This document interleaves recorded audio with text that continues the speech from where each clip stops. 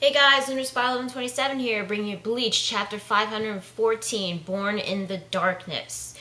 I know the chapter came out yesterday, surprisingly early, but I only had time to make the review today, so let's get started. Chapter begins right after the explosion. Juha Bach is okay, only managed to get his arm burnt, and he realized that it was a mistake to attack Ichigo, but not really. It was actually a mistake to let Kurge attack Ichigo. So Bach attacks Ichigo again, but he manages to block his sword with his Zangetsu, but Bach manages to tear his sleeve, and you can see the blood vein has spread across his body onto his arm. So it's definitely confirmed that Ichigo knows the blood vein, and yes, he is part Quincy. It's confirmed in this chapter. And we also get to learn a couple more things, but I'll get to that later. Now, Bach, we basically get an explanation of how Ichigo was able to use the blood vein. Apparently, when he was attacked by Kurge and was trapped in his cage, he released practically almost all of his Reiatsu just to destroy it, and when his Reiatsu was coming back to him, the remaining Reiatsu, I guess absorbed his surrounding. And I guess I'm thinking it probably managed to absorb Kurge's Reiatsu, and because of that, it awakened the memories of his Reiatsu to awaken the Quincy abilities. I guess that probably explained why Ichigo has never used his Quincy powers till right now. I guess he had it deep inside and he never actually managed to awaken it. But he never even knew he was a Quincy, so yeah. Ichigo being a Quincy, I will admit, I had doubts that it's true, but I never denied it. I mean, I thought it could be possible, but I didn't want it to happen because, I don't know. I mean, Ichigo's a human, a hollow, a Shinigami, a visor, and a Fullbringer, and now Quincy powers. I guess if it's explained properly in the next couple of chapters, probably by Ishin, because we seriously need an explanation of how Ichigo is half Shinigami, half Quincy. Yeah, Kurge's Reiatsu managed to awaken the memories of his Reiatsu from deep inside of his roots. And according to him, Kurge's jail was meant to seal enemies, but it can't contain a Quincy. Right there is definitely confirmation that Ichigo is part Quincy. But Ichigo is he's confused. He keeps going on saying, "What are you talking about? What are you talking about?" I think he said that 4 times in this chapter. But then Bog responds by saying, "I see. You know nothing about yourself, or even of your own mother." Yes, I guess those rumors are actually true. Ichigo's mother, Masaki, is a Quincy. Okay. I'm not really sure how to feel that, but okay. But the thing is, I didn't quite understand, if Ichigo's mother is a Quincy, then, when she and Ichigo were attacked by Grand Fisher, I mean, how come she wasn't able to use her Quincy powers to defeat it? I guess maybe I heard rumors that it could be because she had her powers sealed or something. I'm not sure. Maybe she no longer used her powers. Ishin, we know that Ishin is a Shinigami, and it hasn't really been confirmed yet, but I guess the reason why he hasn't used his powers was because he, too, used the final Getsuga Tensho, which he lost his powers. And it was taught to him by his Zanpakuto Engetsu. So, I can understand, Ichigo's Shinigami's powers he inherited from his father. I guess the blood vein, his new Quincy powers, were inherited by his mother. And it was never awakened until now, because I guess he never knew he had it, and I guess he needs to be with a Quincy for it to be awakened. As for Uryu, I guess why he doesn't use the blood vein is because he may not be a pure Quincy. he could be half Quincy, half human. That it's possible why he couldn't have used the blood vein to protect himself, you know, when he faced against Xylopero or against Okiora. I guess that probably would explain it, I guess. So yeah, Ichigo's mother is a Quincy.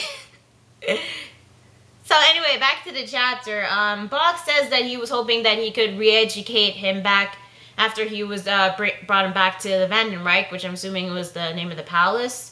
I thought it was the name of the organization of the Quincy's, but whatever. So he decides to take Ichigo by force. And then Ichigo, for the 4th time, asks, "What are you talking about?" And Bach's response is like, "Your questions will be answered when we return." So Bach attacks Ichigo again, but this time he manages to grab his head and is about to I guess he was about to stab him, but by that time, so Bach's shadow, I guess, ripped off from his body, is now on the ground. This huge shadow, I'm not really sure what it was, but according to Hashwald, his time is up and that he can't stay, that he's reached the time limit from staying outside the Schattenberg, which I'm assuming was the shadow. It's called shadow territory, so I guess that's what that shadow is, and his time is up, and that him and Hashwald has to return to the Vandenreich in, I guess, in Las Noches. Although Bach thought that he had more time, but he remembers Aizen, and then he said that Aizen may have somehow disrupted his senses when he went to visit him. So Aizen, even though he's supposed to be sealed and bound on a chair in prison, was still able to use his Zanpakuto abilities, even though his Zanpakuto, even though he doesn't have his Zanpakuto, to disrupt Bach's senses. This guy is supposed to be sealed and in prison, and yet he's able to disrupt senses. Oh boy. Oh boy, oh boy, oh boy, oh boy, oh boy. As I said before in my anime tag, Aizen, he's the king of trolls. I mean, I guess I was wondering why he was able to disrupt his senses, because he doesn't have his Zanpakuto Kyoka Suigetsu. But then, according to Tekken 101, Aizen and his Zanpakuto was absorbed. I mean, fused together. So maybe he was able to use his Zanpakuto abilities without his Zanpakuto. I guess because he's now able to use it just by himself. I guess that would make sense, but really? This guy's supposed to be sealed and he's able to screw with Juha Bach? Oh boy, as I said before, king of trolls, this guy. So, Hashwald and Bach, they decide to leave, but Ichigo tries to stop them, but Hashwald interferes, and he manages to cut Tenza's Zangetsu. And, yep. Yeah, Hashwald, apparently he's really strong to be able to break Ichigo's Zanpakuto, even though we haven't even seen him fight yet. And apparently he too has a sword. Bach and Hashwald, they leave, but before they leave, Bach says this: "This is goodbye, Kurosaki Ichigo. I shall return for you in the future. Heal your wounds and wait for me, my son born in the dark." And that's basically where the chapter ends. My son born in the dark. What? No, I don't know if he really means, like, maybe, like, when he says my son, like, maybe he means, like, I don't know, like, he considers him his son, even though he's not. I guess it's like a title for it that he gives to Ichigo or something, but if he, this has gone a lot of crazy, because if Bach is actually Ichigo's father, what? I mean, I don't believe that, but if it's true, like let's say, like, if Ichigo is really Bach's son, then holy shit, this is like a Star Wars moment right here. My, okay, oh no. Bach is not Ichigo's real father. No way. But anyway, yeah, that's where the chapter ends. And honestly, I don't know how I felt about this chapter because I was actually hoping that Ichigo was not a Quincy because he's been like all these other things, and yet you have to add Quincy to the list. But I guess when it's explained more in the next couple of chapters, then maybe I will accept it. But all I know is that Ishin has to show up and explain all of this to Ichigo. Although I don't know why he never explained why he's a Shinigami, his backstory to Ichigo, you know, like right after the fake Karakuri Town arc. You know, Ishin didn't explain that to Ichigo, he didn't explain that to his daughters, I'm assuming. Although, this does raise some questions. I mean, I highly doubt Bach is Ichigo's real father, but Ichigo being a Quincy and his mother being a Quincy, it's definitely something that I guess I wasn't really expecting, but there has been like rumors for quite a while that Ichigo's mother is a Quincy, so, and that's true now, so I guess I can accept it for now, but I guess I still want more questions to be answered. Hopefully, I guess, you know, now that Bach and Hashvald have left, I guess that still leaves the Sternreachers. Maybe they're gonna leave as well, I'm not sure, but if they are, then that means that Soul Society probably has now time to regroup and heal the Shinigami and try to rebuild. But I have to ask, am I the only one who hasn't forgotten about what happened to Urahara and the mysterious person with the sword? I mean, are we actually going to figure out who that is? It's been, like, how long has it been? 10 chapters? More than 10 chapters? I mean, is Chad Norihime okay?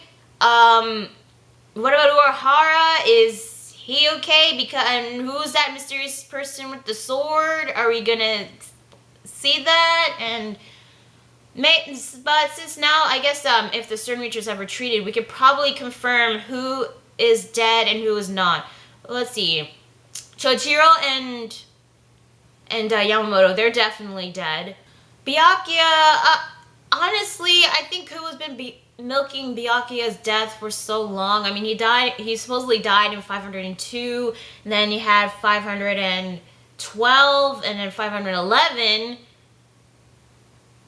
And I'm just still 512 and 513, and I'm just still waiting for it to be confirmed if Byakuya is really dead, because it's getting really annoying seeing him, you know, he's supposedly dead. No, you cut back to him, he's still alive, sort of, but he's dying. So is he really dead or not? Because I really want to know, because it's just getting really annoying. And I guess Izuru, we still don't know if he's dead or not.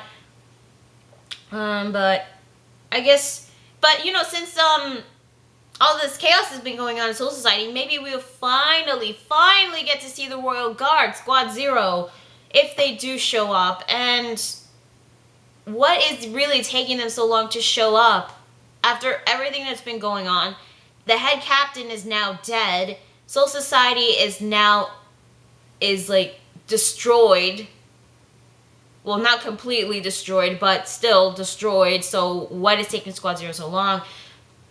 Next week's chapter is definitely going to be, I'm assuming, Soul Society trying to pick up the pieces of what happened during the battle, which I will admit that this invasion was really good until the whole Blood Vein thing.